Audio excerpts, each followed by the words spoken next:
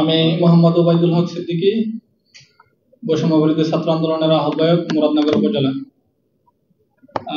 আমি আমাদের উপরে একটা সন্ত্রাসী হামলা হয়েছিল, এই বিষয়টা আমি একটু বর্ণনা করব। গত 24শে মার্চ কেনাকাটার উদ্দেশ্যে আমাদের মুরাদনগর উপজেলার কোম্পানিগঞ্জ বাজারে আমি সহ 3 জন আসি।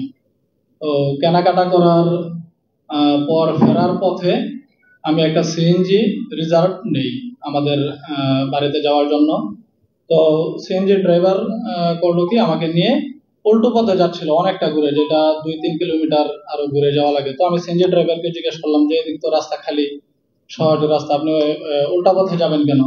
তো সিএনজি ড্রাইভার আমাকে বললো যে এই দিক দিয়ে গেলে 50 টাকা চাঁদা দিতে হবে। তো আমি বললাম যে আমি যতদূর জানি আমাদের মুরাদনগর কোনো সিএনজি থেকে চাঁদা নেওয়া হয় না, আপনার কাছে চাঁদা চাবে কেন উনি? আপনি এই দিক দিয়ে চলেন, চাঁদা চাবে না।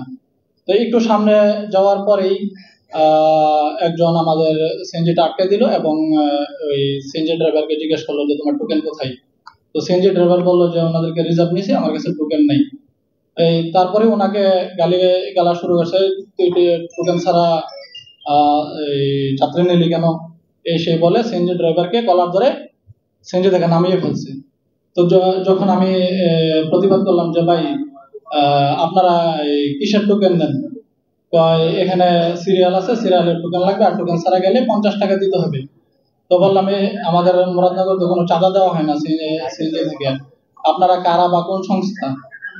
আপনাদের কি কোনো সমিতি আছে? আপনারা কিসের মাধ্যমে টাকাটা নেন? তো আমি এটা বলাতে আমাকে বলে তুই কে, তুই এটা বলার কে বলে আমাকে গালিগালা শুরু করছে। তো আমরা যখন প্রতিবাদ করি আমাদেরকে সিএনজি থেকে নামাই আমাদেরকে মারধর শুরু করছে। তারা আরো 5-7 জন জড়িত হয়ে মারধর শুরু করছে। তো এর মাঝে আমাদেরকে দেখে কয়েকজন আমাদের পরিচিত কয়েকজন এখানে কোম্পানিগঞ্জ থেকে আরো আসছে 2-3 জন, আসার পরে এদেরকেও মারধর শুরু করছে। তো মাঝখানে হয়তো কেউ থানায় কল দিছে, থানা থেকে পুলিশ আসছে, আইসা যারা এখানে এই টোকেন গুলা দেয় ওই টোকেন সহ ওই একজন লোককে আটক করা হয়েছে, যে এখানে তার নাম হচ্ছে আবুল কালাম নামে একজনকে ওই টোকেন গুলা সহ আটক করা হয়েছে। তারপরে আমরা এখানে আরো কয়েকজন জড়িত হয়ে আমরা চাঁদার বিরুদ্ধে 2-3 মিনিটের একটা মিছিল দিই যে মুরাদনগর কোনো চাঁদাবাজি চলবে না। বলার পরে আমরা মিছিল দেওয়ার পরে আমরা যাই থানায় একটা অভিযোগ দেওয়ার জন্য, যে আমাদেরকে যে মারধর করলো এটার অভিযোগ দেওয়ার জন্য আমরা থানায় যাই। আমরা থানায় ঢোকার 5-7 মিনিটের মধ্যে মাসুদ রানা নামে একজন লোক, উপজেলা যুবদলের যুগ্ম আহ্বায়ক, তিনি তার নেতৃত্বে প্রায় 70-80 জন লোক আইসা আমাদের উপরে, আমরা যারা অভিযোগ করতে থানায় গেছি, আমাদের উপরে মারধর শুরু করছে থানার ভিতরে।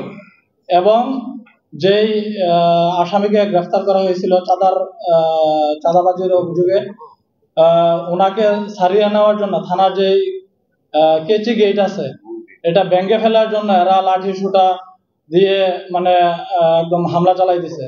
এবং এগুলার ক্লিয়ার ভিডিও আছে আমাদের কাছে, আমাদের ছাত্রদেরকে কিভাবে মারধর করছে এবং থানার কেচি গেটে যে ভাঙচুরের জন্য কিভাবে বাইরে করছে লাঠি সোটা দিয়া, এগুলার ক্লিয়ার ভিডিও আছে আমাদের কাছে।